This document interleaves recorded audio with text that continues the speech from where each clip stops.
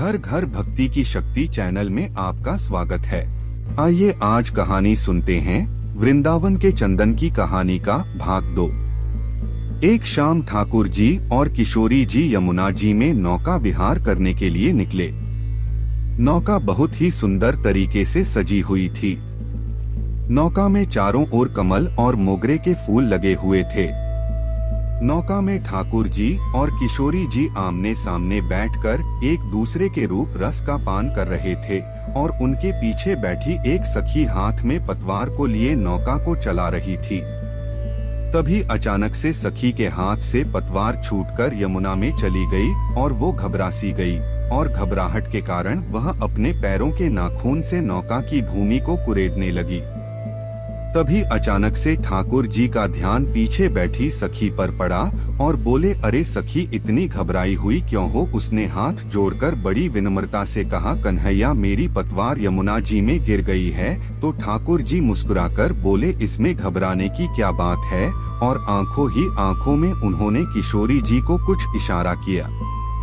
अब एक तरफ से किशोरी जी ने और दूसरी तरफ से ठाकुर जी ने अपने हाथ को यमुना जी में डाल दिया और वह दोनों अपने दोनों हाथों को पतवार की तरह चलाने लगे।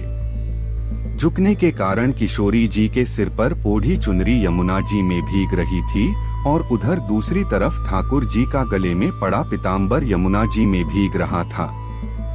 हाथों पर पीताम्बर और चुनरी पर लगा इत्र यमुना जी में घुल मिल गया था। ठाकुर जी और किशोरी जी ने अपने हाथों से उस नाव को किनारे पर लगाया। अगले दिन ललिता की सास और ससुर चंदन के मामा के यहाँ कुछ काम से चले गए। अब घर में ललिता और चंदन अकेले थे। चंदन सुबह सुबह ही अपने काम पर चला गया और ललिता हाथ में मटकी को लेकर यमुना जी से जल भरकर लेकर आई। आज घर में कोई नहीं था, इसलिए जब ललिता ने मटकी में से जल को थोड़ा सा पिया तो उसमें इतनी सुंदर इत्र की खुशबू को महसूस करके वह बहुत प्रसन्नता से भर गई। धीरे धीरे उसने उस मटकी में से काफी जल पी लिया और जब थोड़ा सा जल शेष बचा तो उसका ध्यान मटकी में पड़ा तो वह क्या देखती है कि नौका में बैठकर विहार करते किशोरी जी और लाल जी नजर आ रहे हैं। ललिता घबराकर दीवार के सहारे टेक लगाकर खड़ी हो गई। उसको कुछ सूझ नहीं रहा था। मटकी से पिया हुआ जल धीरे धीरे अब उसके पूरे शरीर में फैल गया था। उसकी आंखों में ना जाने कैसे अश्रुधारा बहने लगी। इतने में चंदन बाहर से आया और अपनी पत्नी की ऐसी दशा देखकर उसने पूछा, प्रिय क्या हुआ? ललिता के मुख से कुछ भी नहीं निकल रहा था, परंतु उसके होंठ कुछ कहने के लिए फड़फड़ा रहे थे। उसकी सांसें जोर जोर से चल रही थी, आंखों की पलकें हिल भी नहीं रही थीं। चंदन ने जब उसको झिंझोड़कर बार बार पूछा तो उसने मटकी की तरफ इशारा किया।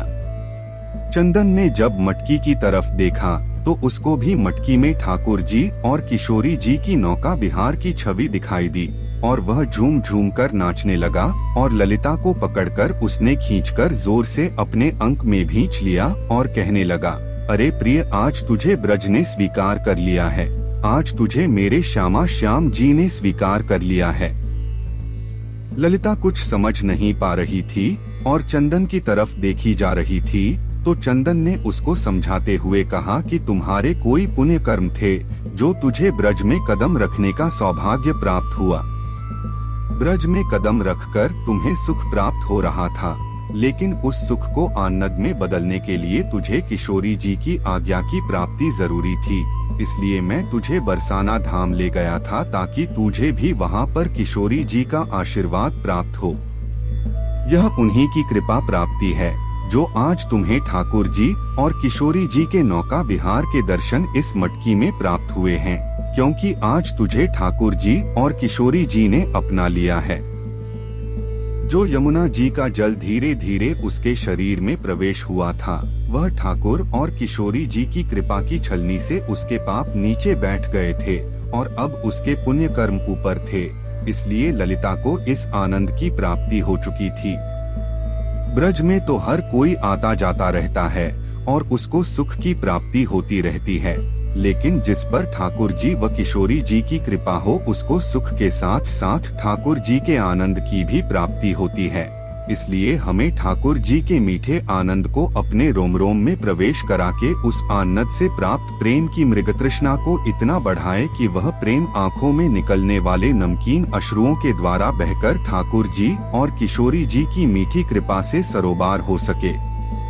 अगर आप लोगों को ये कहानी पसंद आई हो तो कृपया करके वीडियो को लाइक करें, शेयर करें और चैनल को सब्सक्राइब करें।